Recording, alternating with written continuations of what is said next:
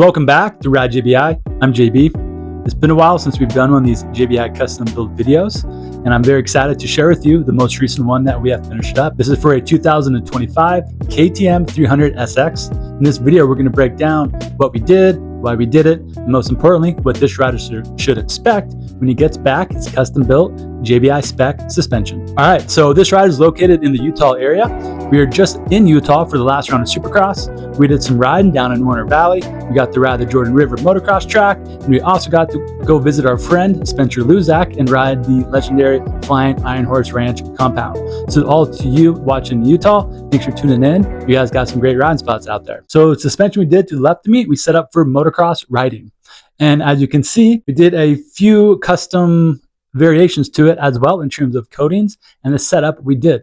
So let's start off with what we did to the front forks. The front forks received our JBI Spec WP 6500 kit.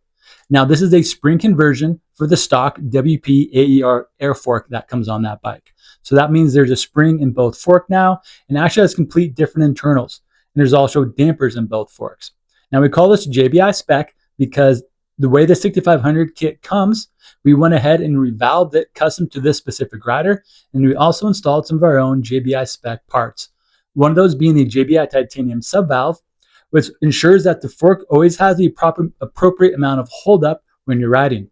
Now this is applicable for off-road, motocross, supercross, and all the different types of dirt bike riding. Now to cap off the build as well, we went with our JBI titanium Pro Perch over here. What that does is gives the forks even better bottoming resistance at the last few inches of travel. So what I mean by that is as the fork compresses down this way, around the last few inches, about in this region, that kicks in and it gives the forks even more compression damping, aka bottoming resistance.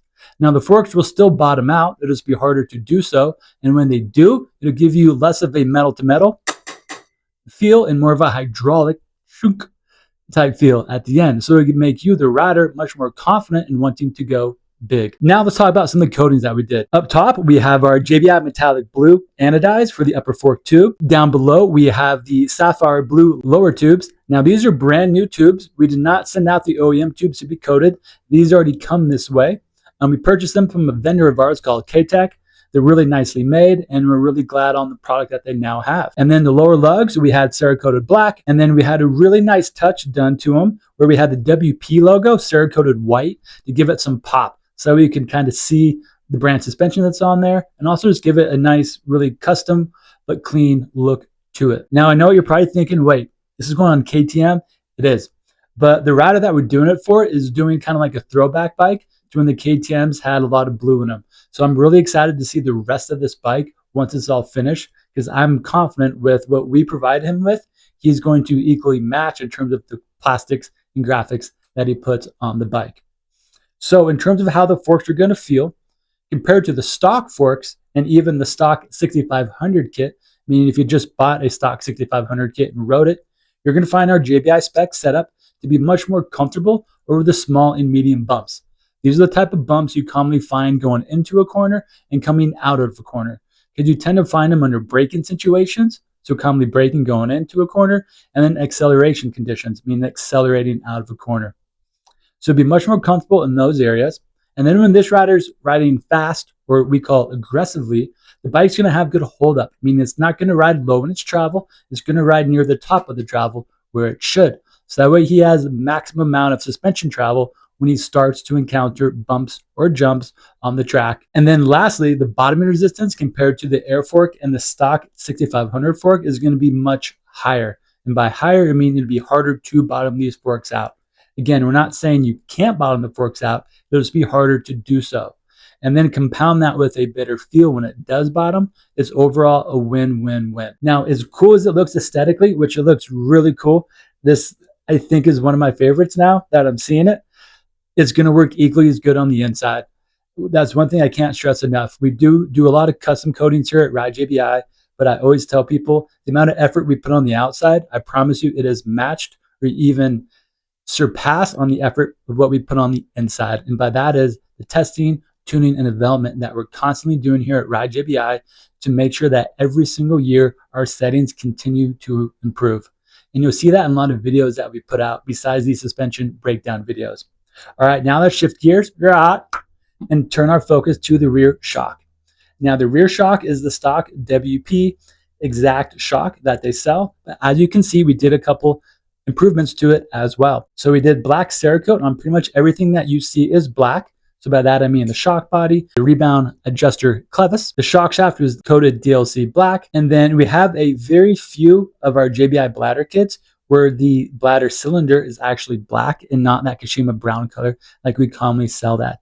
So this is anodized, that's DLC, but everything else you see, such as the shock upper mount, is Cerakote and Cerakote. We've really taken a liking to black Cerakote, actually all Cerakotes, because they really tend to adhere well to the metals. And the color that you want to get from it is the color that you're going to get. I share that because when you anodize metals, the anodized may not always be the color tone that you want. If this rider maybe had some blue hubs and wanted to get the same exact blue, it's very unlikely we could get that same exact blue tone.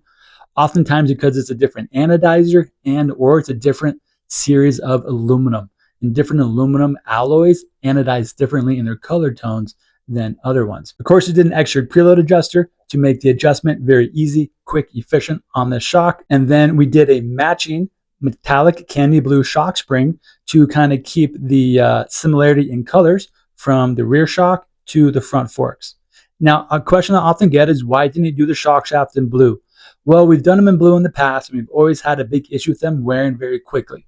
So at Ride JBI, when we coat shock shaft, the only option that we offer is DLC black, because we want to make sure that, again, not only does it look good, but it's going to perform well and perform well for a long time and not have any wear issues. So on the inside, we did our JBI Spec shock revalve, and that's comprised of a few different elements. One of the key elements is, of course, our JBI Spec valving. That also gets paired with our JBI titanium compression piston adjuster. That piston goes behind the compression adjuster we see right here.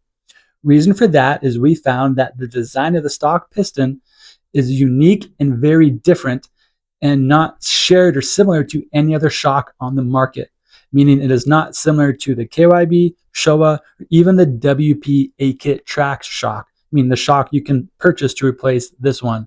It has a very different port geometry design. I've been working on these shocks for 2006.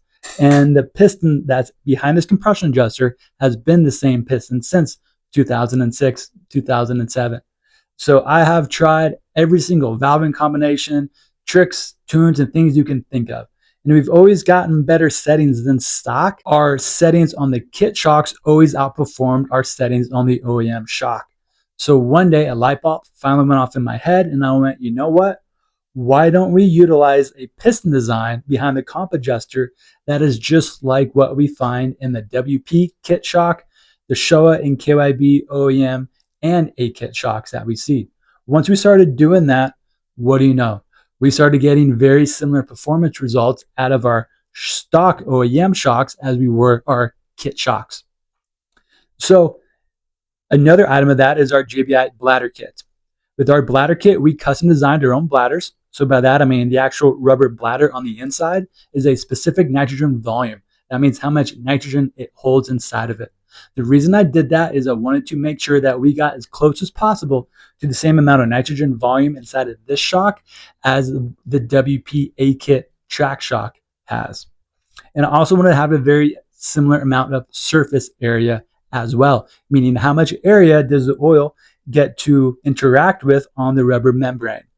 If you use too small of a bladder, you can make up for that with an extended cylinder on the bottom, but it's not quite the same thing. The reason I'm sharing this with you is that we wanted to essentially transform your stock shock to be as similar and as closely as possible to the WP A-Kit Trax shock. Because the one nice thing is that I may break the law sometimes, the speed of my car, but nobody's ever broken physics. So if we utilize parts of very similar design and geometries and realize a shock that already has other shared commonalities, such as the main piston on this shock is the same main piston on the kit shock. And the size of the shock shaft, 18 millimeters, is the same size of the shock shaft on the kit shock. So we already have two things from the get-go in our favor that are the same. At Ride JBI, we just went ahead and we started resolving all the other items that were not common to now make them more common. So as we talked about on the front forks, this shock is going to be built and balanced to work in unison with the front forks. So it's going to have an equal amount of comfort and plushness over those small and medium bumps. It's going to have an equal amount of hold up when this rider is riding fast and aggressive, and an equal amount of bottoming resistance as well. So that way, when this rider is riding his bike, he has a very well balanced bike that rides level. It's not overly damped or overly sprung to the front or back. So thank you so much for tuning into these videos. These videos are a lot of fun for us to make. They're almost as fun as building this cool custom suspension. If you'd like to get your suspension done by us at Ride JBI, give us a call or send us an email. Not everything we do are these custom builds. These are not as common. Most of our bread and butter that we do is just you sending in your stock stuff and we'll get it built up to a JBI spec. But we are here to help you out however you see fit. So again, thank you so much for tuning in and see you next time.